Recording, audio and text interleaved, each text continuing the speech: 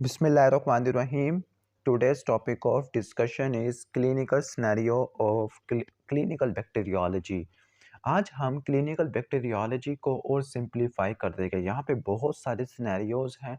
हम उन सिनेरियो की मदद से हम किसी भी बैक्टीरियल डिजीज़ को डायग्नोस करने के बाद और इसके डिफरेंट करैक्टरिस्टिक्स को पढ़ेंगे, पैथोजेनेसिस को, लेबॉरेटरी डायग्नोसिस को पढ़ेंगे। ठीक हो गया? तो यहाँ पर इतना बड़ा सिनेरियो लिखा हुआ है। सबसे पहले हमने ये डायग्नोस करना होगा कौन सा बैक्टीरिया है, फिर इसके बारे में हम चंद बातें पढ़ लेंगे। तो सबसे पहला क्वेश्चन हम इसको पढ़ लेते हैं और इम्पोर्टेंट पॉइंट्स को हाईलाइट कर लेते हैं। सबसे पहला कि डायबिटिक है, ठीक हो गया। हिस्ट्री में 3 दिन की हिस्ट्री के अंदर fever, headache, diarrhoea, डिज्निया, respiratory system का डिज्निया आ गया। डायरिया, फीवर, हेडेक वैसे नॉन कॉमन होते हैं। और एक और चीज़ आ गई है रिस्पायरेटरी सिस्टम की, वो है कफ। और जो कफ है वो प्रोडक्टिव कफ है, लेकिन इस प्रोडक्टिव कफ के अंदर जो स्पूटम है वो काफ़ी ज़्यादा कम है। ठीक है। जब रेडियोग्राफ परफॉर्म किया गया तो उसमें कंसोलिडेशन देखने को मिली है। कंसोलिडेशन का मतलब है कि जो लंग्स का पैरेन्काइमा है, आप उस पैरेन्काइमा को किसी फ्लूइड से, पस से, एयर से या किसी और चीज़ से आप क्या कर दो, ट्रांसफ़र कर दो, किसी और चीज़ से आप क्या कर दो, एक्सचेंज कर दो, तो उसको बोलते हैं कंसोलिडेशन बोलते हैं। ठीक है। तो कंसोलिडेशन वाला निशान बता रहा है कि वंस अगेन ये रिस्पायरेटरी सिस्टम है। मैं इसको सिर्फ इसी को करता हूँ। इसके बाद देखा गया कि उस ऑर्गेनिज्म को ग्राम स्टेनिंग की है तो वो नज़र ही नहीं आया। इसका मतलब कोई ऐसा ऑर्गेनिज्म है जो ग्राम स्टेनिंग पर नज़र नहीं आता, कोई अल्टरनेटिव टेक्निक्स होती है। लेकिन जब स्पूटम का कल्चर किया गया, पहले से आपको बता देता हूँ, जो हमारा माइक्रो ऑर्गेनिज्म है वो रिस्पायरेटरी सिस्टम का है, जो बैक्टीरिया है वो रिस्पायरेटरी सिस्टम का है। कैसे पता चला कि एक डिज़्निया आ गया है, कफ प्रोडक्टिव कफ है। रेडियोग्राफ के अंदर आपको मल्टी लोबार कंसोलिडेशन देखने को मिल रही है, जो टिपिकल निमोनिया की वजह से होती है, लेकिन निमोनिया भी तो बहुत सारों की वजह से होता है। ओके। फिर इसके बाद स्प्यूटम कल्चर के ऊपर या कल्चर किया गया और ब्लड के ऊपर भी कल्चर किया गया, तो ठीक हो गया।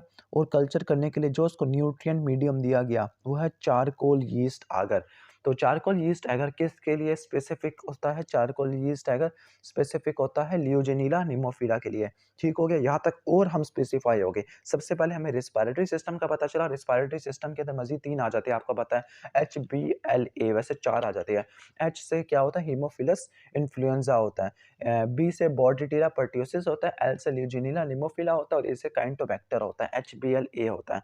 अब उसमें से भी हमने जो चारकोल यीस्ट एगर है, ये स्पेसिफिक होता है ल्यूजिनिला निमोफिला के लिए। ठीक हो गया।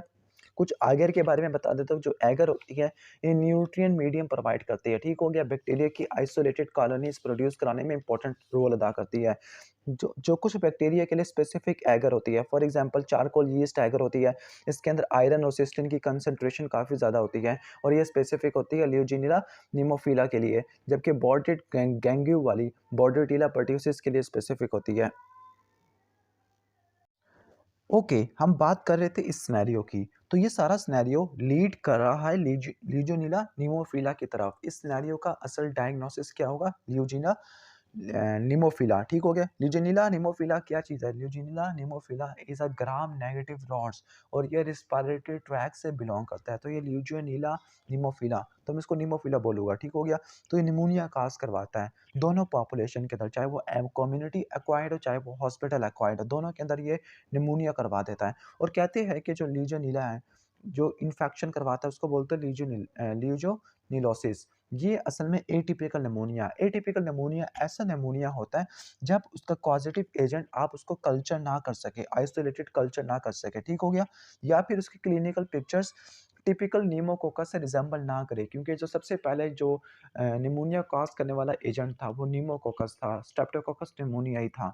लेकिन अगर इसकी क्लिनिकल पिक्चर उससे मैच नहीं करती या फिर इसको कल्चर नहीं कर सकते, आइसोलेटेड कल्चर नहीं कर सकते किसी मीडिया के ऊपर, तब उसको एटिपिकल निमोनिया कहते हैं। एटिपिकल निमोनिया क्लैमिडिया की वजह से भी हो सकता है, रिकेट्सिया की वजह से भी हो सकता है, जिसमें हमने पढ़ना है कोक्सीला बर्नेटी पढ़ना है। ठीक हो गया। क्लैमिडिया निमोनिया की वजह से भी हो सकता है एटिपिकल, वायरल निमोनिया भी हो सकता है, माइकोप्लाज्मा की वजह से भी निमोनिया हो सकता है। तो इन सब का जो निमोनिया होता है वो एटिपिकल निमोनिया होता है। तो बात करते हैं ल्यूजियोनिला निमोफिला की। तो जो ल्यूजियोनिला निमोफिला है ये असल में क्या है? ग्राम नेगेटिव रॉड है जो रिलेटेड टू रिस्पायरेटरी ट्रैक है।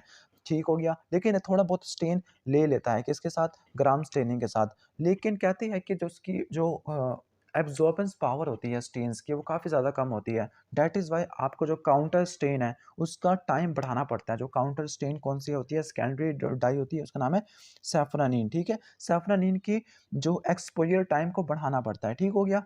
एक्सपोजर टाइम को आपको बढ़ाना पड़ता है। कहते हैं कि जो ल्यूजेनीला है ये टिपिकल हीमोटॉक्सिलिन इओजिन डाई को नहीं लेते, जिसकी वजह से हम इनको लाइट माइक्रोस्कोप पे ऑब्जर्व नहीं कर सकते, तो हमें सिल्वर इम्प्रेग्नेशन स्टेन यूज़ करनी पड़ती है। जब भी आपको यहाँ पर एक लिखा हुआ था, अब हम सब चीज़ें यहाँ पर प्रूव कर देते हैं। तो यहाँ पर एक बात लिखी हुई थी, no organism are seen on the sputum gram staining. तो क्यों नहीं नजर आते? क्योंकि इनकी एब्जॉर्बेंस पावर काफ़ी ज़्यादा कम होती है। आपको काउंटर स्टेन का टाइम बढ़ाना पड़ता है। उसके साथ साथ ये स्टैंडर्ड एच ई स्टेन से भी नज़र नहीं आते होते, हीमोटॉक्सिलिन इओजिन स्टेन से भी नज़र नहीं आते होते। इनकी कल्चर करने के लिए एक स्पेशलाइज्ड करना पड़ता है। वो कौन सी है? चारकोल यीस्ट एगर है, जिसके अंदर आयरन और सिस्टीन का कंसंट्रेशन काफ़ी ज़्यादा होती है। इसी केस के अंदर इसकी ग्रोथ काफ़ी ज़्यादा सपोर्ट होती है, ठीक हो गया। इसकी ग्रोथ सपोर्ट होती है।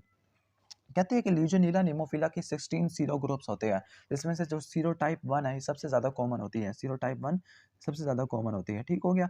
इसके अलावा जो बाकी सारी जो स्पीशीज़ होती है उनकी वजह से भी निमोनिया हो सकता है, लेकिन जो 2 इंपॉर्टेंट स्पीशीज़ है जो इसके अलावा इंपॉर्टेंट है वो है ल्यूजियोनीला मैकडैडी।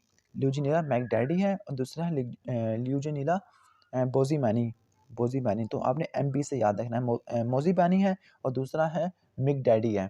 अब जो ल्यूजियोनीला है, कहते हैं कि ये इन्वायरमेंटल सोर्स को कंटेमिनेट कर देते हैं। मिसाल के तौर पर जो एयर कंडीशनर्स होते हैं, हॉट टब्स होते हैं, वाटर कूलर्स होते हैं, ठीक है, वाटर कूलिंग टॉवर्स होते हैं, ठीक हो गया, उनके अंदर। ये तो हो जाएगा कम्युनिटी एक्वायर्ड। जो हॉस्पिटल एक्वायर्ड होता है, जो हॉस्पिटल में ज़्यादा कॉमन होता है कि ये ऑर्गेनिज्म वाटर टैप्स में हो सकता है, सिंक्स में हो सकता है, शावर्स वगैरह में हो सकता है, ठीक हो गया। ओके, ये बिल्कुल कहते हैं कि जो इन वाटर सोर्स के अंदर फ्री लिविंग अमीबा होते हैं, फ्री लिविंग अमीबा, तो इन अमीबा के अंदर ही ये ल्यूजियोनीला निमोफिला ग्रो करता होता है वाटर सोर्स के तौर पर, ठीक हो गया। जो उसका पोर्टल ऑफ एंट्री एंट्री है, चूंकि ये रिस्पायरेटरी ट्रैक का इन्फेक्शन करवाता है, तो उसका जो पोर्टल ऑफ एंट्री है वो भी रिस्पायरेटरी ट्रैक है और उसकी पैथोलॉजिकल चेंजेस लंग्स के अंदर होती हैं। लेकिन कभी कभार ऐसा होता है कि लंग्स को क्रॉस करने के बाद ये ब्लड में आ जाएगा और ब्लड में आने के बाद दूसरे टिश्यू तक पहुंच जाएगा। जिस तरह यहाँ पर अगर आप देखो कि यहाँ पर डायरिया लिखा हुआ था, नॉन ब्लडी डायरिया, तो ये जीआईटी के पास जा सकता है, ठीक हो गया। ब्रेन के पास जा सकता है, किडनी के पास जाता है, वहाँ पर वेस्कुलर एंडोथेलियल को डैमेज कर देता है, क्योंकि ग्राम नेगेटिव है और ग्राम नेगेटिव लाइपोपॉलीसैकेराइड टॉक्सिन प्रोड्यूस करते हैं, जिसको बोलते हैं, क्या कहते हैं, एंडोटॉक्सिन बोलते हैं। अब ये किन किन के अंदर ज़्यादा कॉमन होता है, ये इसकी अकरेंस या प्रीवेलेंस काफ़ी ज़्यादा कॉमन है, मैं बताता हूँ। जो कहने का मतलब स्मोकर्स के अंदर ज़्यादा कॉमन होता है और जो अल्कोहल ज़्यादा यूज़ करते हैं उनके अंदर, जिनके अंदर इम्यूनिटी काफ़ी ज़्यादा सप्रेस हो गई है कि एड्स की वजह से हो गई है, ठीक है, ओके, या कैंसर है, रीनल ट्रांसप्लांट है, इसमें भी इम्यूनिटी सप्रेस कर देती है, कॉर्टिकोस्टेरॉइड देती है, जिसकी वजह से इम्यूनिटी सप्रेस हो जाती है, ठीक है। क्योंकि जो सेल मीडिएटेड इम्यूनिटी है ये प्राइमरी प्रोटेक्शन प्रोवाइड करती है। तो अगर किसी बंदे की सेल मीडिएटेड इम्यूनिटी कॉर्टिकोस्टेरॉइड की वजह से, इम्यूनोसप्रेसिव थेरेपी की वजह से, एड्स की वजह से, कैंसर की वजह से कम हो गई है, या क्रोनिक इन्फेक्शन डायबिटीज़ है, तो इस केस के अंदर भी क्या होता है, इसका इन्फेक्शन काफ़ी ज़्यादा कॉमन होता है। और सिनेरियो में देखो आप, डायबिटीज़ का लिखा हुआ है, तो जो क्रोनिक इन्फेक्शन है वो डायबिटीज़ है और इसकी वजह से ऐसा हो सकता है। अब इसकी क्लिनिकल फाइंडिंग्स देख लेते हैं कि क्लिनिकल फाइंडिंग मैच करती है या नहीं करती, ठीक है। जब ये ब्रेन के पास जाएगा तो ब्रेन में मेंटल कन्फ्यूजन करवा देगा, ठीक है, इसको छोड़िए आप। डायरिया, नॉन ब्लडी डायरिया करवाता है, ठीक हो गया। इसके साथ कुछ किडनी के पास जाता है तो किडनी के ग्लोमेरुलस को नुकसान पहुंचा देगा, तो प्रोटीन यूरिया हो जाएगा और हिमैचुरिया हो जाएगा, ठीक हो गया, मैक्रोस्कोपिक हिमैचुरिया हो जाएगा। और सबसे इंपॉर्टेंट चीज़, जो निमोनिया है, जो इसकी जो कफ होती है ना, इसकी कफ प्रोटेक्टिव होती है, लेकिन इस प्रोटेक्टिव कफ के अंदर जो स्प्यूटम होता है वो काफ़ी ज़्यादा कम होता है। तो यहाँ पर जो स्कैंट स्प्यूटम है ये भी आपको बता देगा कि ल्यूजियोनीला निमोफिला का इन्फेक्शन हो गया है। इसके अलावा एक और इम्पॉर्टेंट चीज़ है, वो है हाइपोनेट्रीमिया, डायरिया की वजह से या स्पुटम के अंदर सोडियम लॉस्ट हो रहा है, ठीक हो गया। तो हाइपोनेट्रीमिया, सोडियम 130 मिली इक्विवेलेंट पर लीटर से क्या हो जाएगा, आपको कम देखने को मिलेगा, ओके, कम देखने को मिलेगा। एक फीवर होता है जिसको बोलते हैं Pontiac fever, Pontiac fever, pons का फीवर हो गया, ठीक है।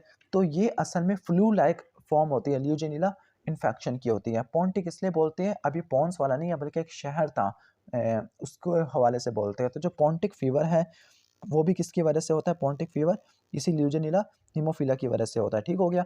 और अगर ग्राम स्टेनिंग करते हैं तो ग्राम स्टेनिंग के अंदर आपको इन्फ्लेमेशन को शो करने वाले न्यूट्रोफिल देखने को मिलेंगे और बैक्टीरिया कोई नजर नहीं आएगा, क्योंकि ये ऑर्डिनरी मीडियम के अंदर कल्चर स्पूटम के ऊपर, ब्लड स्पूटम के ऊपर ग्रो नहीं करते होते। लेकिन अगर आप इनको चारकोल यीस्ट अगर दे दोगे तो ये ग्रो कर जाएगा, क्योंकि इसके अंदर ये आयरन होता है, सिस्टीन होता है, ठीक हो गया, आयरन और सिस्टीन होता है। और यहाँ पर कुछ एस्ट्रोलॉजिकल टेस्ट भी लिखे हुए हैं, अगर आप लास्ट में देखो, हाँ, यहाँ पर देखो आप, ओके, तो यहाँ पे कुछ सीरोलॉजिकल टेस्ट लिखे हुए हैं कि डायरेक्ट फ्लोरेसेंट माइक्रोस्कोपी करते हैं, ठीक है, फ्लोरेसेंट फेज में, ओके, फ्लोरेसेंट एंटीबॉडी टेस्ट करती है, ठीक है, तो इसमें आपको डायग्नोसिस कंफर्म हो जाता है, ठीक हो गया। तो उसके सीरोलॉजिकल टेस्ट भी यहाँ पर मौजूद होते हैं, सीरोलॉजिकल टेस्ट भी यहाँ पे मौजूद होते हैं। इसके अलावा अगर हम कोल्ड एग्लूटिनिन टेस्ट परफॉर्म करें, जो कोल्ड एग्लूटिनिन टेस्ट होता है ना, ये पॉजिटिव आता है माइकोप्लाज्मा के लिए, क्योंकि माइकोप्लाज्मा भी एटिपिकल नमूनिया करवाता है ना, तो हमें माइकोप्लाज्मा से डिफ्रेंशिएट करने के लिए हमें क्या करना पड़ेगा, कोल्ड एग्लूटिनिन टेस्ट करना पड़ेगा, ठीक हो गया। और इसके साथ साथ सबसे जो कन्फर्मेटिव डायग्नोसिस है, जो डायग्नोसिस कंफर्म कर देगा कि ल्यूजेनिला नीमोफिला का इन्फेक्शन है, वो है फ्लोरेसेंट एंटीबॉडी स्टेनिंग, ठीक हो गया, ओके। जो उसकी ड्रग और चॉइस होती है वो मैक्रोलाइड यूज़ करते हो, एजिथ्रोमाइसिन यूज़ करते हो या फिर इरिथ्रोमाइसिन यूज़ करते हो। उसके अलावा आप क्या यूज़ कर सकते हो, फ्लोरोक्विनिलोन भी इस्तेमाल कर सकते हो। स्पेसिफिकली जो हमारी थर्ड जनरेशन होती है, फ्लॉक्सासिन है, ट्रेवोफ्लॉक्सासिन है, ठीक है, ये हमारी ड्रग ऑफ चॉइस के तौर पे काम आती है, ठीक है। ये ड्रग ना सिर्फ लीजियनीला निमोफिला को मारती है, बल्कि ये माइकोप्लाज्मा निमोनिया और स्ट्रेप्टोकोकस निमोनिया को भी मार देती होती है, ठीक है। इनके खिलाफ पेनिसिलिन यूज़ नहीं करते, क्योंकि ये ऑर्गेनिज्म बीटा लैक्टेमेस प्रोड्यूस करते हैं, जिसकी वजह से पेनिसिलिन और सिफालोसपोनिन इनएक्टिव हो जाती है, इनफेक्टिव हो जाती है। प्रिवेंशन क्या होगा कि जो स्मोकर्स है वो सिगरेट छोड़ दे, जो अल्कोहल कंज्यूमर है वो अल्कोहल छोड़ दे, वाटर सोर्स है तो वाटर सोर्स, ठीक है, वहाँ से एरासोल को एलिमिनेट कर दे, ठीक हो गया, वाटर सोर्स से। और जो हॉस्पिटल में अगर आपने मिनिमाइज करना है तो फिर टेम्परेचर को हाई कर दे और वाटर के अंदर क्लोरीन ऐड कर दे, ठीक हो गया। इन सब केस के अंदर ये फैलेगा नहीं, ओके, आपको समझ आ गया होगा। पूरे मैंने कहानी सुना दी हीमोफिलस इन्फ्लुएंजा की। अब इसके अलावा कुछ और ऑप्शन भी यहाँ पे लिखे हुए हैं। एक हीमोफिलस इन्फ्लुएंजा तो निकल गया यहाँ से। इसके बाद है एक्टिनोमाइसिस इसराइली है। अभी एक्टिनोमाइसिस इसराइली क्या बोला है? ये एक्टिनोमाइसीट्स वाली बैक्टीरिया है। अब एक्टिनोमाइसीट्स होते क्या है? ये ग्राम पॉजिटिव रॉड्स होते हैं, ठीक है? ग्राम पॉजिटिव रॉड्स होते हैं जो फिलामेंटस फॉर्म में होती है, ठीक है? ग्राम पॉजिटिव रॉड्स जो कि फिलामेंट्स फॉर्म में होती है। ये लॉन्ग ब्रांचिंग फिलामेंट बनाते हैं, जिस तरह एक हाइफी होते हैं ना, हाइफी, इस तरह के हाइफी होते हैं। तो ये लॉन्ग ब्रांचिंग फिलामेंट बनाते हैं जो हाइफी से रिजेंबल करते हैं। ये ग्राम पॉजिटिव होते हैं, लेकिन एक नोकार्डिया स्टेरॉइड्स होता है, ये वीकली एसिड फास्ट भी होता है। अब एक्टिनोमाइसिस इसराइली है, ये एक्टिनोमाइकोसिस करवा देगा, ठीक है। अब पहली बात ये एक्टिनोमाइसिस वाला ये क्या है, एनारोब है, जो कि हमारा नॉर्मल फ्लोरा बनाता है ओरल कैविटी का। लेकिन अगर किसी की हड्डी टूट जाती है, किसी का जाट टूट जाता है या डेंटल एक्सट्रैक्शन है, दांत निकलवाया है, तो ये वाला ओरल कैविटी के बाद ये टिश्यू को इन्वेट करना शुरू कर देगा और यहाँ पर इन्फ्लेमेटरी बॉर्डर्स बनाना शुरू कर देगा। अब इसकी जो टिपिकल लीजन होती है ना, टिपिकल लीजन नॉन टेंडर होती है, ठीक है, हार्ड नॉन टेंडर लीजन होती है, हार्ड नॉन टेंडर लीजन होती है, ठीक हो गया, जो जिसमें से पस निकलती होती है किसी ना किसी साइनस ट्रैक से, ठीक है, पस निकलती होती है। और इसका डायग्नोस्टिक क्राइटेरिया क्या है कि जो हार्ड येलो ग्रैन्यूल्स होते हैं, क्योंकि ये बैक्टीरिया सल्फर के ऊपर ग्रो करता होता है, तो जो हार्ड येलो ग्रैन्यूल्स होते हैं, हार्ड येलो ग्रैन्यूल्स होते हैं, सल्फर को शो करने वाले ग्रैन्यूल्स होते हैं, वो आपको पस में से ड्रेन होते हुए नजर आती है, ठीक हो गया। सबसे पहले इनिशियल लीजन फेस पे या नेक में होती है, लेकिन इसके बाद एब्डोमेन या चेस्ट पे भी हो सकता होता है, पेल्विस में भी हो सकता है। पेल्विस उस वुमेन के अंदर होगा जिसने इंट्रा यूट्राइन डिवाइस को रिटेन किया हुआ, तो वहाँ पर वो कंटेमिनेट हो जाती है, ठीक हो गया। लेबोरेटरी डायग्नोसिस क्या हुआ, ग्राम पॉजिटिव ब्रांचिंग रोड्स देखोगे, सल्फर ग्रैन्यूल्स आपको नजर आएंगे, ठीक है, ओके। और चूंकि ये एनारोबिक है तो आप एनारोबिक कंडीशन के अंदर इसको ग्रो करवाओगे और इसको आप इम्यूनोफ्लोरेसेंस भी करवा सकते हैं। अब नोकार्डिया स्टेरॉइड से अगर आप कंपेयर करो तो ये एसिड फास्ट नहीं है, नोकार्डिया स्टेरॉइड क्या है, एसिड फास्ट है, तो उसका ट्रीटमेंट क्या होगा, ट्रीटमेंट इसका क्या है, पेनिसिलिन जी इस्तेमाल करो, आप पेनिसिलिन जी इस्तेमाल करो। और अगर पस ड्रेन हो रही है तो पस को सर्जिकली ड्रेनेज करवा दो, ठीक हो गया। कोई कोई वैक्सीन, कोई प्रोफाइलैक्टिक ड्रग अवेलेबल नहीं होती, तो ये एक्टिनोमाइसिस इसराइली है।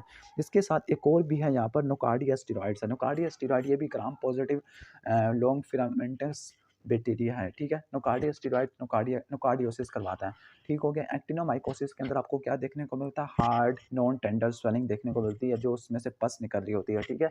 Abscess with draining sinus track देखने को मिलती है और सल्फर ग्रैन्यूल्स होते हैं। लेकिन नोकार्डियोसिस के अंदर क्या होता है, जो एब्सेस होती है वो ब्रेन और किडनी में होती है, स्पेसिफिकली इम्यूनो डेफिशिएंट इंडिविजुअल के अंदर ज़्यादा कॉमन होती है। अब जो एक्टिनोमाइसिस था ये एनारोब था, ठीक है, इसराइली, जबकि नोकार्डिया क्या होगा, एरोब होगा और ये सॉइल के अंदर होता है, जबकि वो हमारी नॉर्मल फ्लोरा के अंदर था। उसका इम्यूनो कॉम्प्रोमाइज इंडिविजुअल से कोई ताल्लुक नहीं था, इसका इम्यूनो कॉम्प्रोमाइज इंडिविजुअल से ताल्लुक है। ठीक हो गया, ओके। ये लंग्स का इन्फेक्शन करवाएगा, वो लंग्स का इन्फेक्शन नहीं करवा देता, ये लंग्स का इन्फेक्शन करवाएगा। अब ये वाला वीकली एसिड फास्ट चेन होता है, मतलब अगर आप वीकर सॉल्यूशन यूज़ करोगे डिक्लोराइजिंग के लिए तो ये डिक्लोराइज नहीं होगा, लेकिन अगर आप रेगुलर स्ट्रेंथ वाला सॉल्यूशन यूज़ कर लोगे तो ये डिक्लोराइज हो जाएगा। इसकी वजह ये होती है कि इसके पास माइकोलिक एसिड होता है, ठीक है, माइकोलिक एसिड होता है, ओके। तो माइकोलिक एसिड की वजह से ही ये क्या होता है, थोड़ा सा वीकली एसिड फास्ट होता है। अब इसकी क्लिनिकल फाइंडिंग क्या है, इसकी वजह से भी निमोनिया होता है, लेकिन अगर हम निमोनिया को डिफ्रेंशिएट करेंगे ना, तो ये वाला जो निमोनिया है, अगर आप यहाँ पे देखो निमोनिया, तो इस निमोनिया में जो नोकार्डिया की वजह से होता है, तो इसमें लंग्स के एब्सेस के साथ कैविटी बनना शुरू हो जाती है और एम्पाइमा बनना शुरू हो जाता है। ठीक हो गया, एब्सेस बनना शुरू हो जाती है, एम्पाइमा बनना शुरू हो जाता है और ये ब्रेन तक भी चला जाता है और वहाँ पे ब्रेन की एब्सेस करवा देता है, ठीक है, ब्रेन की एब्सेस हो जाती है, किडनीज़ की एब्सेस हो जाती है। इसके अलावा एक नोकार्डिया ब्रेसिलेंसिस भी है, जो स्किन की इन्फेक्शन करवाता है टॉपिकल एरियाज़ में। अब इसकी लैब डायग्नोसिस क्या होगी कि ब्रांचिंग रॉड्स को देखना, ग्राम पॉजिटिव रॉड को या वीकली एसिड फास्ट को और या एरोबिक ग्रोथ करवाना। इसके लिए जो ड्रग ऑफ चॉइस है नोकार्डियोसिस के लिए वो है ट्राइमेथोप्रिम सल्फा मेथोक्साजोल होती है। ठीक हो गया, तो यहाँ तक हमने इस बैक्टीरिया को भी कवर कर लिया है और उम्मीद है कि आपकी अच्छे तरीके से रिवीजन हो रही होगी। इसके बाद है ल्यूजिनिला निमोफिला भी कवर हो गया। हीमोफिलस इन्फ्लुएंजा, हीमोफिलस इन्फ्लुएंजा, बॉर्डिडुला पर्टियोसिस, ल्यूजिनिला निमोफिला, काइंटोबैक्टर, तीनों के तीनों बल्कि चारों के चारों ग्राम नेगेटिव रॉड से रिलेटेड टू रिस्पिरेटरी ट्रैक है। अब हीमोफिलस इन्फ्लुएंजा करवाता क्या है, बहुत सारे इन्फेक्शन करवाता है। अब हीमोफिलस इन्फ्लुएंजा, स्ट्रेप्टोकोकस निमोनियाई और निजेरिया मेनिनजाइटिस, तीनों के तीनों इनकैप्सुलेटेड बैक्टीरिया होते हैं जो कि मेनिनजाइटिस करवाते होते हैं।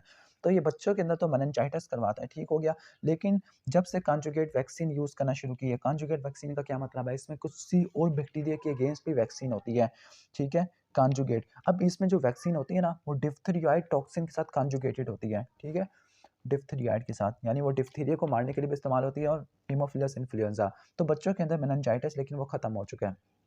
इसके अलावा और क्या होगा बच्चों के अंदर? बच्चों के अंदर क्या होगा, रेस्पिरेटरी ट्रैक का इन्फेक्शन होगा, साइनोसाइटिस हो सकता है, यहाँ पे लिख लेते हैं साइनोसाइटिस हो सकता है, ठीक है, और ओटाइटिस मीडिया हो सकता है, क्योंकि आपको पता है कि मिडल ईयर की कैविटी फेरेंजियल वाल से कम्युनिकेट करती है। कंजक्टिवाइटिस हो सकता है, एपिग्लोटाइटिस हो सकता है। तो ये निमोनिक है, शौक है, शौक, ठीक है, बच्चों के अंदर शौक हो जाएगा। तो साइनोसाइटिस हो जाएगा, ओटाइटिस मीडिया, कंजक्टिवाइटिस, एपिग्लोटाइटिस और सेप्सिस हो जाता है। जबकि बड़ों के अंदर क्या होगा, निमोनिया हो जाएगा, ठीक है, टिपिकल निमोनिया हो जाएगा, स्पेसिफिकली जिनके अंदर क्रॉनिक ऑब्स्ट्रक्टिव लंग डिजीज़ है, क्रॉनिक ऑब्स्ट्रक्टिव लंग डिजीज़ है। तो ये हीमोफिलस इन्फ्लुएंजा की वजह से होता है। हीमोफिलस की एक और स्पीशीज़ भी होती है जिसको बोलते हैं हीमोफिलस डुक्रियाई। तो हीमोफिलस डुक्रियाई चेंकोराइट करवाती है, चेंकोराइट, लेकिन अब ये हो नहीं पढ़ना। चेंकोराइट और किस में था, प्राइमरी साइफिलिस के अंदर था। और हीमोफिलस होता क्या है, स्मॉल पिलियोमॉर्फिक ग्राम नेगेटिव, ठीक है, कोकोबैसिलरी रॉड है, कोकोबैसिलरी रॉड है और ये इनकैप्सुलेटेड है, इनकैप्सुलेटेड पायोजीन है। और हमने कहा था कि निमोकोकस और मेनिंजाकोकस ये भी इनकैप्सुलेटेड पायोजीन होते हैं। अब कहते हैं कि जो कैप्सूल है, कैप्सुलर पॉलीसैकेराइड है, इसकी वेरिएशन की वजह से एंटीजेनिसिटी आ जाती है। तो इसी एंटीजेनिसिटी की वजह से सीरोलॉजिकल टाइपिंग करते हैं। इसी एंटीजन की वजह से, एंटीजेनिक वेरिएशन की वजह से 6 सीरोलॉजिकल टाइप्स होती है, ठीक है, जिसमें से टाइप बी सबसे ज़्यादा कॉमन होती है और टाइप बी ही ज़्यादा सीवियर इन्वेसिव डिजीज़ करवाती है, जिस तरह मेनिंजाइटिस होता है, सेप्सिस होता है। लेकिन वैक्सीन यूज़ करने की वजह से मेनिंजाइटिस की प्रोबेबिलिटी काफ़ी ज़्यादा कम हो गई है, ठीक हो गया, मेनिंजाइटिस की प्रोबेबिलिटी काफ़ी ज़्यादा कम हो गई है। जो टाइप बी कैप्सूल होता है ना, वो पॉलीराइबोटोल फॉस्फेट पे मुश्तमिल होता है, ठीक है, टाइप बी कैप्सूल पॉलीराइबोटोल फॉस्फेट पे मुश्तमिल होता है, ठीक हो गया। लेकिन जो अनकैप्सुलेटेड स्ट्रेन होते हैं, तो वो क्या करवाते हैं, वो साइनोसाइटिस करवा देते हैं, ओटाइटिस मीडिया करवा देते हैं, लेकिन ये नॉन इन्वेसिव होते हैं। इससे पहले वाले क्या थे, इन्वेसिव थे, इन्वेयन करते थे। कहती है कि इनकी अगर ग्रोथ करवानी है लेबॉरेटरी के अंदर, तो आपको क्या करना पड़ेगा, जो चॉकलेट एगर है, चॉकलेट एगर के अंदर 2 फैक्टर डालने पड़ेंगे, एक है एनएडी, दूसरा हीम। हीम को बोलेंगे फैक्टर 10 और एनएडी को बोलेंगे फैक्टर 5, ठीक हो गया, फैक्टर 5 बोलेंगे। जो हीमोफिलस इन्फ्लुएंजा है, ये सिर्फ ह्यूमन को ही इन्फेक्ट करता है, कोई एनिमल रिजर्वायर नहीं होता, कोई एनिमल रिजर्वायर नहीं होता। और चूंकि रेस्पिरेटरी ट्रैक का इन्फेक्शन करवाता है, तो इसकी जो ट्रांसमिशन होगी वही एयरबॉर्न ड्रॉपलेट, एरोसोल ड्रॉपलेट से इसकी ट्रांसमिशन हो जाएगी, ठीक हो गया। जहाँ पे ये एसिम्प्टोमेटिक कोलोनाइजेशन करवा सकता है और इन्फेक्शन भी करवा सकता है, जिस तरह ओटाइटिस मीडिया, साइनोसाइटिस हो सकता है, लंग्स का इन्फ्लेमेशन करवा देगा, निमोनिया हो जाएगा। अब ये ऑर्गेनिज्म आईजीए प्रोटीएज प्रोड्यूस करता है। अब वो आईजीए प्रोटीएज आईजीए को डिग्रेड कर देती है, क्योंकि रिस्पायरेटरी ट्रैक के अंदर सिक्रेशन काफ़ी ज़्यादा होती है, जिसकी वजह से ये ऑर्गेनिज्म रिस्पायरेटरी म्यूकोजा पे आसानी से अटैच हो जाता है, ठीक हो गया। और अटैच होने के बाद ये ब्लड के अंदर आ जाएगा, ब्लड में आने के बाद ये मेनिंजीज के पास चला जाएगा। और मेनिंजाइटिस जो होता है वो इनकैप्सुलेटेड स्ट्रेन की वजह से होता है, याद रखना, जो मेनिंजाइटिस होता है वो इनकैप्सुलेटेड स्ट्रेन की वजह से होता है, ठीक है। जिसके पास कैप्सूल नहीं होगा वो ओटाइटिस मीडिया, साइनोसाइटिस और निमोनिया के अंदर इन्वॉल्व होगा, लेकिन जिसके पास कैप्सूल होगा वो सेप्सिस और मेनिंजाइटिस करवा देगा, ठीक हो गया। लेकिन जब से हमने वैक्सीन यूज़ करना शुरू की है, जिसके अंदर टाइप बी पॉलीसैकेराइड इम्यूनोजेन के तौर पर इस्तेमाल करना शुरू किया, तो उसकी क्या हो गई है, इसकी प्रिवेलेंस कम से कम हो गई है, ठीक हो गया। जो उसकी पैथोजेनेसिस होती है वो इसकी एंटीफैगोसाइटिक कैप्सूल की वजह से, एंडोटॉक्सिन की वजह से होती है। अब जो ल्यूजिनिला नीमोफिला है, सॉरी हीमोफिलस इन्फ्लुएंजा, इसका इन्फेक्शन होता है बच्चों में ज़्यादा कॉमन, 6 महीने से लेकर 6 साल की उम्र तक, ठीक हो गया। और ज़्यादा पीक आती है 6 महीने से लेकर 1 साल तक। इसकी वजह ये है कि इस ड्यूरेशन के अंदर क्या होती है, जो मैटरनल आईजीजी होती है बच्चे के अंदर वो काफ़ी ज़्यादा कम हो जाती है। और दूसरी बात कि उसका इम्यून सिस्टम भी इतना मैच्योर नहीं होता, 2 साल तक मैच्योर होना शुरू हो जाता है। क्लिनिकल फाइंडिंग क्या होगी? अब क्लिनिकल फाइंडिंग यहाँ से नोट करना शुरू करते हैं हम, कि कहीं ये हीमोफिलस इन्फ्लुएंजा तो नहीं था। पहली क्लिनिकल फाइंडिंग होती है मेनिंजाइटिस, लेकिन यहाँ पे मेनिंजाइटिस है नहीं। दूसरी क्लिनिकल फाइंडिंग क्या होती है कि rapid onset of fever, fever है, हेडेक है, तो ये तो कॉमन होती है। लेकिन जो नेक की स्टिफनेस होती है जो मेनिंजाइटिस को शो कर रही है वो यहाँ पे नहीं है, ठीक है। साइनोसाइटिस है, ओटाइटिस मीडिया है, ये भी यहाँ पर नहीं है, ठीक है, ठीक हो गया। जिसकी वजह से आपको इन अफेक्टेड एरिया के अंदर पेन देखने को मिलता है, ठीक हो गया। उसके साथ जो इन्फेक्टेड साइनस होती है, अगर उसका रेडियोग्राफ करें तो वो ओपैक नज़र आती है, ठीक है, और रेडनेस देखने को मिलती है, और टिम्पैनिक मेम्ब्रेन की बल्जिंग वगैरह देखने को मिलेगी, ठीक है, रेडनेस और बल्जिंग देखने को मिलेगी, ओके। इसके साथ एपिग्लोटाइटिस भी हो सकता है, जो कि एयरवे को ऑब्स्ट्रक्ट कर देगा, और चेरी रेड एपिग्लोटिस देखने को मिलेगा, बिल्कुल वैसे ही जैसे कार्बन मोनोऑक्साइड की पॉइजनिंग की वजह से होता है, कार्बन मोनोऑक्साइड की पॉइजनिंग के अंदर होता है। और नॉर्मली ये कहते हैं कि एस्थमा वाले पेशेंट के अंदर, जिसमें क्रॉनिक ऑब्स्ट्रक्टिव लंग डिजीज़ होता है, तो उसके अंदर काफ़ी ज़्यादा कॉमन होता है, ठीक है। नहीं, सीओपीडी में अस्थमा तो नहीं आता, एम्फाइसीमा और ब्रोंकाइटिस आता है। लेबोरेटरी डायग्नोसिस किस तरह से करोगे आप? आप क्या करोगे, चॉकलेट एगर होगा, हीटेड चॉकलेट एगर होगा, जिसके अंदर 2 ग्रोथ फैक्टर्स होंगे, फैक्टर 5 और फैक्टर 10 होगा, ठीक हो गया। जो ब्लड होता है ना चॉकलेट एगर में, वो दूसरे जो नॉन स्पेसिफिक इन्हिबिटर्स होती है, हीमोफिलस इन्फ्लुएंजा की ग्रोथ को सप्रेस करने वाले होते हैं, उनको इनहिबिट कर देता है, ठीक हो गया। अब चूँकि ये ग्रोथ फैक्टर की मौजूदगी में ही ग्रो करेगा, ठीक है, तो ये डेफिनिटिव डायग्नोसिस होता है, ये हीमोफिलस इन्फ्लुएंजा के लिए होता है। दूसरे जो हीमोफिलस होती है, हीमोफिलस पैराइन्फ्लुएंजा, उनको ये फैक्टर्स रिक्वायर नहीं होते, ठीक है। इसके अलावा कुछ दूसरे डायग्नोसिस टेस्ट भी कर सकते हैं, कोई बायोकेमिकल टेस्ट है, कैप्सुलर स्वेलिंग है, क्योंकि इसके पास कैप्सूल होता है, कैप्सुलर स्वेलिंग स्ट्रेप्टोकोकस निमोनियाई में भी होती है, जिसको बोलते हैं क्यूलिंग रिएक्शन बोलते हैं, ठीक है। और लास्ट है इम्यूनोफ्लोरेसेंट एंटीबॉडी टेस्ट कर देंगे, सीरोलॉजिकल टेस्ट कर देंगे, या काउंटर इम्यून इलेक्ट्रोफोरेसिस या लैटिस एग्लूटिनेशन करेंगे। ये तीनों टेस्ट क्या करेंगे, ये तीनों टेस्ट कैप्सुलर पॉलीसैकेराइड को सेंस करते हैं। ये तीनों टेस्ट हमने स्ट्रेप्टोकोकस निमोनियाई में भी पढ़े थे। अब जो मेनिंजाइटिस हो गया, तो मेनिंजाइटिस को ट्रीट करने के लिए जो ड्रग ऑफ चॉइस होगा वो होगा सेफ्ट्रियाक्सोन होगा, सेफ्ट्रियाक्सोन होगा, ठीक हो गया, सेफ्ट्रियाक्सोन होगा। क्योंकि पेनिसिलिन इसलिए यूज़ नहीं करते, क्योंकि जो हीमोफिलस इन्फ्लुएंजा है वो बीटा लैक्टमेस प्रोड्यूस करती है, जो कि पेनिसिलिन प्रोड्यूसिंग बीटा लैक्टम को डिस्ट्रॉय कर देती है, लेकिन सेफ्ट्रियाक्सोन को डिस्ट्रॉय नहीं करेगी, ठीक हो गया, सेफ्ट्रियाक्सोन को डिस्ट्रॉय नहीं करेगी। प्रिवेंशन क्या होगी, वैक्सीन यूज़ करेगी जो कंजुगेटेड होगी डिप्थेरिया टॉक्सिन के साथ, ठीक हो गया। तो इतना लंबा सिनेरियो हमने देख लिया हीमोफिलस इन्फ्लुएंजा के बारे में। अब लास्ट बैक्टीरिया रह गया, वो है कॉर्निबैक्टीरियम डिप्थेरियाई। तो कॉर्निबैक्टीरियम डिप्थेरियाई होता है, कॉर्निबैक्टीरियम डिप्थेरियाई ये असल में क्या, ग्राम पॉजिटिव रॉड है। ग्राम पॉजिटिव रॉड भी 2 तरह के होते हैं, एक वो ग्राम पॉजिटिव रॉड जो स्पोर बनाते हैं, और एक वो ग्राम पॉजिटिव रॉड जो स्पोर नहीं बनाते। तो ग्राम पॉजिटिव रॉड जो स्पोर बनाते हैं वो होते हैं बैसिलस और क्लोस्ट्रिडियम, और जो नॉन स्पोर फॉर्मिंग होते हैं इनमें 3 आ जाते हैं, सीजीएल, कॉर्निबैक्टीरियम डिप्थेरियाई, लिस्टेरिया मोनोसाइटोजेंस और गार्डिनिला वेजिनालिस, ठीक हो गया, गार्डिनिला वेजिनालिस। इन तीनों में सिर्फ एक बैक्टीरिया ऐसा है जो एनारोबिक है, ठीक है, वो कौन सा है, क्लोस्ट्रिडियम वाला, बाकी सारे क्या होते हैं, एरोबिक वगैरह देखने को मिलते हैं, ठीक है। ओके, तो एक है एनारोबिक होता है, जबकि बैसिलस और क्लोस्ट्रिडियम ही स्पोर बनाते होते हैं। और कौन सी एक्सोटॉक्सिन प्रोड्यूस करते हैं, पहले 3 बीसीसी, ठीक है, ओके। जो बैसिलस क्लोस्ट्रीडियम और कॉर्निबैक्टीरियम डिप्थीरियाई होता है, ठीक है। थोड़ा बहुत कॉर्निबैक्टीरियम डिप्थीरियाई के बारे में पढ़ लेते हैं, फिर हम इस वीडियो को ऑफ कर देते हैं यहाँ पर। जो कॉर्निबैक्टीरियम डिप्थीरियाई है, ये डिप्थीरियाइड करवाता है, डिप्थीरिया करवाता है, ठीक हो गया। अब जो कॉर्निबैक्टीरियम डिप्थीरियाई ग्राम पॉजिटिव रॉड है, क्लब शेप वी शेप आपको अरेंजमेंट देखने को मिलती है, ठीक हो गया। और जो रॉड्स होती है इनकी बीडेड अपीयरेंस होती है, ठीक है। और इनमें मेटाक्रोमेटिक ग्रैन्यूल्स भी होती है, ठीक है, मेटाक्रोमेटिक ग्रैन्यूल्स भी होती हैं। ये असल में ग्रैन्यूल्स किस पे मुश्तमिल होती है, पॉलीमराइज्ड पॉलीफॉस्फेट के ऊपर मुश्तमिल होती है, जो कि high energy phosphate bond provide करते हैं, हाई एनर्जी प्रोवाइड करता है। ये ग्रैन्यूल मेटाक्रोमेटिकली होते हैं, ठीक है।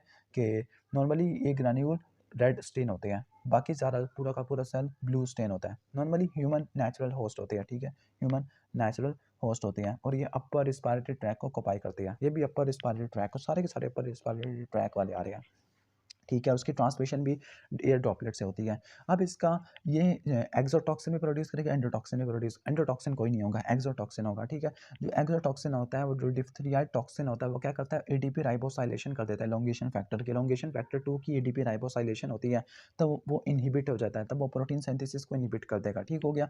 ये तमाम यूकेरियोटिक सेल को इनहिबिट करता होता है। अब ये टॉक्सिन होता है क्या, टॉक्सिन के अंदर दो सब यूनिट होती है, ए डोमेन बी डोमेन। जो बी डोमेन होती है वो बाइंडिंग प्रोवाइड करती है ग्लाइकोप्रोटीन रिसेप्टर के पास, और ए डोमेन के पास एंजाइमिक एक्टिविटी होती है, जो एनएडी से क्या करेगी, एनएडी से एडीपी निकालने के बाद ये इलोंगेशन फैक्टर 2 को एडीपी दे देगी, ठीक है, एडीपी राइबोस दे देगी, ठीक हो गया, ओके। एडीपी राइबोस दे देती है, ओके।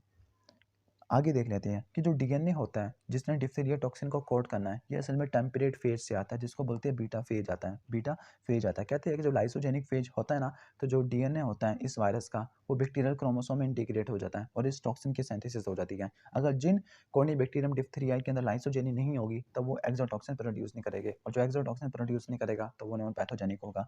होस्ट रिस्पॉन्स क्या होता है, होस्ट रिस्पॉन्स ये होता है कि लोकल इन्फ्लेमेशन होती है, और इन्फ्लेमेशन भी फिब्रिनस इन्फ्लेमेशन होती है, जिसमें एक टफ ग्रे मेम्ब्रेन बन जाती है, सूडो मेम्ब्रेन, हाँ, यहाँ पे वर्ड यूज़ होगा। इसके साथ कुछ एंटीबॉडीज़ होती है जो एक्सोटॉक्सिन को न्यूट्रलाइज़ करने की कोशिश करती है, ठीक है?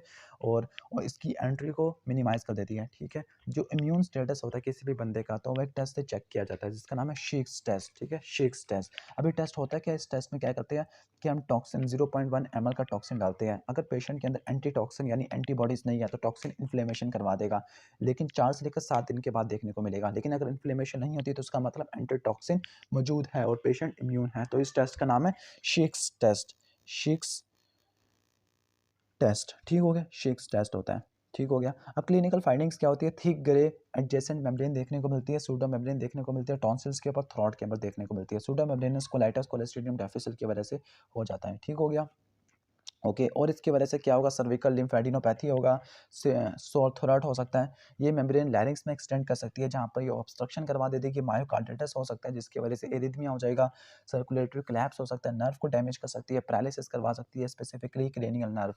अगर क्रेनियल नर्व डैमेज हो जाती है, तो फिर सॉफ्ट पैलेट के मसल्स है, फेरिंग्स के मसल्स है, लैरिंग्स के मसल की पैरालिसिस हो जाएगी, फ्लूइड रिगरगिटेट करना शुरू हो जाएगा, पेरिफेरल न्यूराइटिस हो सकता है, लिम्स की, मसल्स की, नर्व्स का, ठीक हो गया। लेबोरेटरी डायग्नोसिस होती क्या है, लेबोरेटरी डायग्नोसिस किस तरह से होती है कि थ्रोट का स्वैब लेते हैं, उसको ग्रो करते हैं लोफ्लर मीडियम के ऊपर, लोफ्लर मीडियम के ऊपर, टेलोराइड प्लेट के ऊपर और ब्लड एगर प्लेट के ऊपर। जो टेलोराइड प्लेट होती है, इसके अंदर टेलोरियम साल्ट्स होती है, जो टेलोरियम साल्ट्स होती है, टेलोरियम के अंदर रिड्यूस हो जाती है, ठीक है। और फिर आपको टिपिकल ग्रे ब्लैक कलर देखने को मिलता है, जिस तरह ग्रे ब्लैक मेम्ब्रेन थी ना, तो ग्रे ब्लैक टेलोरियम कलर देखने को मिलेगा। तो ये डायग्नोस्टिक टेस्ट होता है। इसके अलावा जो पीसीआर टेस्ट होता है, वो भी यूज़ कर सकते होते हैं, ठीक है, यूज़ कर सकते होते हैं। जो इसका स्मेयर होता है थ्रोट स्वैब का, तो उसको ग्राम स्टेन और मिथाइलिन ब्लू दोनों के साथ हमें स्टेन करना चाहिए, ठीक हो गया। तो आपको क्या देखने को मिलेगा, प्लियोमॉर्फिक ग्राम पॉजिटिव रॉड्स देखने को मिलेगी, pleomorphic gram positive rod club shape देखने को मिलेगा, ठीक है। जो मिथाइलिन ब्लू स्टेन होती है, ठीक है, वो किसके लिए स्पेसिफिक होती है, वो मेटाक्रोमेटिक ग्रैन्यूल्स के लिए होती है, ठीक है, मेटाक्रोमेटिक ग्रैन्यूल्स के लिए होती है, जबकि ऑर्गेनिज्म के लिए ग्राम स्टेन होती है। ट्रीटमेंट क्या होता है, ट्रीटमेंट इसकी एंटीटॉक्सिन्स होती है, ठीक है, एंटीटॉक्सिन्स हमें पैसिव इम्यूनिटी प्रोवाइड करनी पड़ती है, ठीक है, ओके। लेकिन जो पेनिसिलिन जी है और एरिथ्रोमाइसिन है, वो भी हम यूज़ कर सकते हैं, लेकिन वो ज़्यादा सब्स्टिट्यूट के तौर पे काम नहीं आ सकती। इसकी प्रिवेंशन क्या होगी, प्रिवेंशन होती है डिप्थेरियाइड टॉक्सॉइड यूज़ करती है, वैक्सीन यूज़ करती है, कंजुगेटेड वैक्सीन होती है हीमोफिलस के साथ, ठीक हो गया। तो जो डिप्थेरियाइड टॉक्सिन किस तरह से प्रिपेयर होता है कि एक्सोटॉक्सिन को फॉर्मेल्डिहाइड से ट्रीट कर देते हैं, तो वो इसकी क्या करता है, इसकी पैथोजेनिसिटी को तो ब्लॉक कर देता है, लेकिन एंटीजेनिसिटी को ब्लॉक नहीं करता, ठीक हो गया। तो ये इसकी प्रिवेंशन थी। आई नो काफ़ी ज़्यादा ड्राई वीडियो बनी है, खुश्क सी वीडियो बनी है, आपको कुछ नज़र भी नहीं आ रहा, लेकिन उम्मीद है कि थोड़ी बहुत वीडियो अच्छी लगी होगी। अगर अच्छी लगी हो तो उसको लाइक करना और चैनल पे नए हो तो सब्सक्राइब करना। Thanks for watching this video. अल्लाह हाफ़िज़।